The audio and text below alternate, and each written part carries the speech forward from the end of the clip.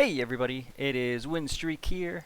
Today we will be going over how to create an inventory system for Construct 3. So without further ado, we will create a new project. And we'll start out by making some sprites for items to pick up. And let's just make this a little smaller.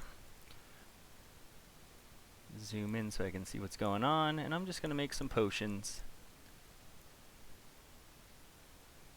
So we got, oof, that's big. Alright, we got potion number 1, the yellow potion.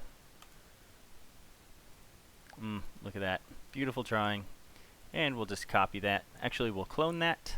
That way it's a different instance of the object. And we can name this yellow potion. And then this one will be the green potion.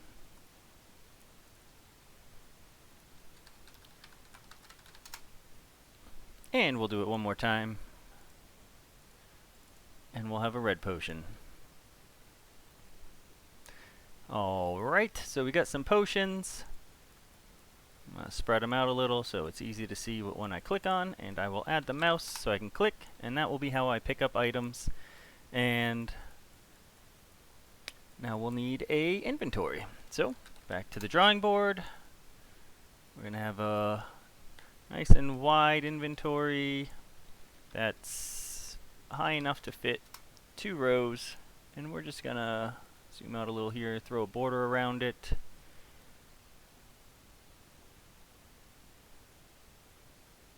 There we are, and then a little bit of a background. Boop. Nice and easy there. And then we'll need a spot for each individual item. And then since these are 50 by 50s, that's what I'm going to set all my items for in this game. So that's the max size. So we're just going to make the inventory slot slightly bigger than that. So we'll do a sprite here. And we're going to set it to 52 by 52. And we'll do it this way so I can draw a 1 by 1 border around all of it. We'll do some weird blue color. Why not? 1 by 1 border around all of it. And it still fits nicely inside. And then we'll put one there. Actually, I'm going to change the color, make it a little darker just so it's easier for everyone to see. Boop. And these ones I will copy paste because they are the same.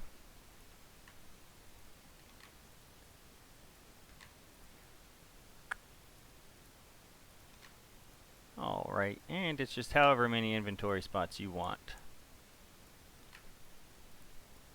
And then I did them in a very specific order. I went top left to top right because we will be using this Z index right here to grab the lowest one first. That way we fill all the top slots, then we move on and fill all the bottom slots. So if you did it in a different order, you can always drag these, move them around to get your Z indexes in the spots where you want them. So now we have all those borders to fill, and it's time to start coding. So we will hop on over here, and mouse on click, on object clicked, and we are going to act like we don't have a subscription. That way everyone is able to make this. If you do have a subscription, I would recommend putting all of these potions into a family under items or usable items, something along those lines. That way you don't have to rewrite the same code several times. But we're just going to do it as if we don't have one. So I'm going to start with unclick green. And I'm going to copy paste it 3 times so I can have one for red. Oh, I got to rename him. And yellow. Let's hop back over here and rename Mr. Green Potion 2 into Red Potion. That way we don't get confused later. And from here, I'm on left click of the green potion. We're going to want to add them to an inventory slot. And we're going to do that through a function. So we're going to create that function first. And it's just going to be add to inventory. That way whatever item we want, we can set it to add to inventory. And we just make this run whatever events are needed to put any item that is clicked on into the inventory for us. And we're going to give it a parameter. And I'm going to set this to a string because we're going to name our potions as they come in. That way it tracks what they are. So we'll call the function add to inventory, and let me reset that value to nothing. And we're going to say green.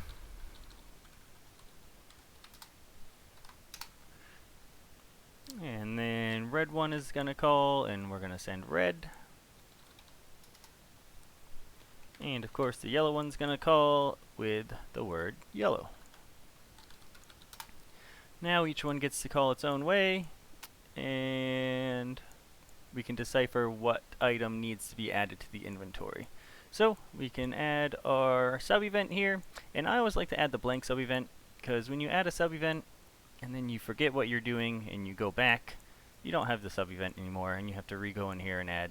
If you do a blank one and you forget what you're doing, it's still there. You can just double click and it's nice and easy to add again. So from here we will compare variables. Let's add a few extra variables. So we want these guys to be able to tell us whether or not there's an item in them. So we're just going to add a variable, and it will be a boolean, which is true or false, with an initial value of false.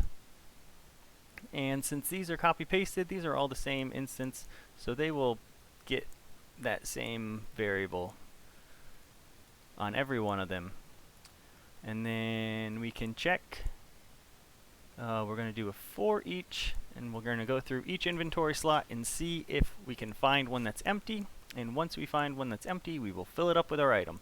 So first off, we will put the for each,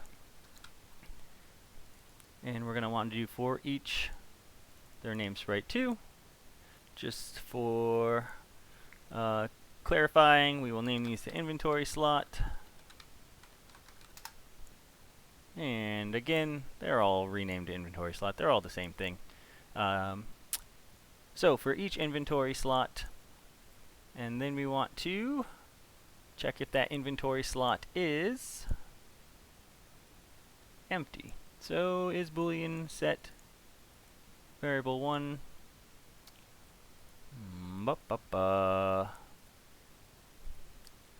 Let's rename this to is full, and renames all of them for us. So is inventory slot check boolean is full, and we want it to not be full. So if it's not full, it'll keep on checking. Sorry, if it's not full, it will run this. Otherwise, it will keep on going to the next one until it finds one that is full. And then we will add another sub-event, and this will be based on the parameter that we send in. So compare variable, parameter, which is going to be the name of the potion or whatever items you want to send in. We'll do one for green, and one for red, and of course one for yellow.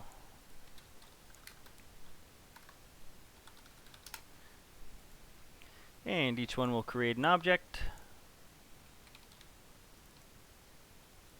and the green one will create a green potion, and we're going to throw it on layer 0. We're only working with one layer, so we'll skip that. Inventory slot dot x, inventory slot dot y, and we'll want to do the same thing for red and yellow, except with the correct sprite image here.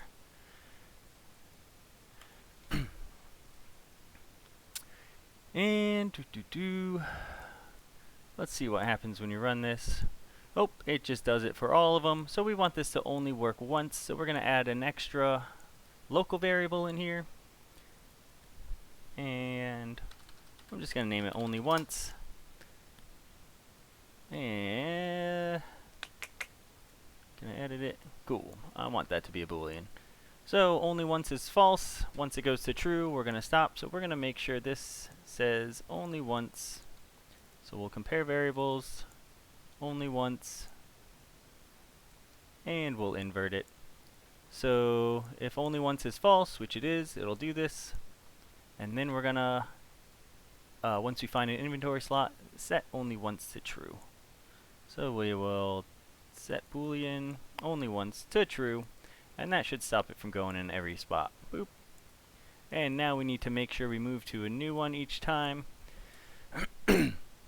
which we already have the is full. So we just need to actually set that slot to is full. So inventory slot, set value, set Boolean, and is full to true. And that should stop it from placing over each other. Look at that. And we can add them endless amounts of times. I would imagine most games you would want to make these disappear if they're actual drops. So when you click them, we'll just do it for this one. You can go ahead and just destroy. Boop. And then it's gone. But these ones you can get a million times. And then what else can we do to make this better? Let's let me show you something that's still happening. So if we have this up here and I click this, it's going to add more. We don't want that. We only want it if you're in the adventure portion, not in the inventory portion. So if we come up here and on left click yellow, yellow is not overlapping the inventory. And we'll just do the whole inventory. And is not, and we can copy paste this for green. And for red. And that'll stop it from us being able to click the inventory ones. And then we can set it so if we click on the inventory one, so I'm just going to throw this down here, and we're going to say if it is overlapping our inventory. So this means I'm clicking on red while it's in here. And this will be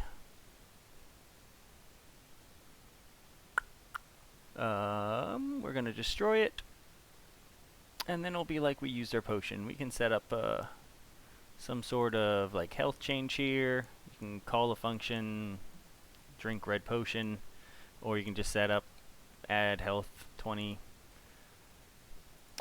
and we can see that in action. So the yellow one destroys. We can put as many of these as we want, and then you can use them. Boop boop. And we will want to also reset the inventory slot is full here.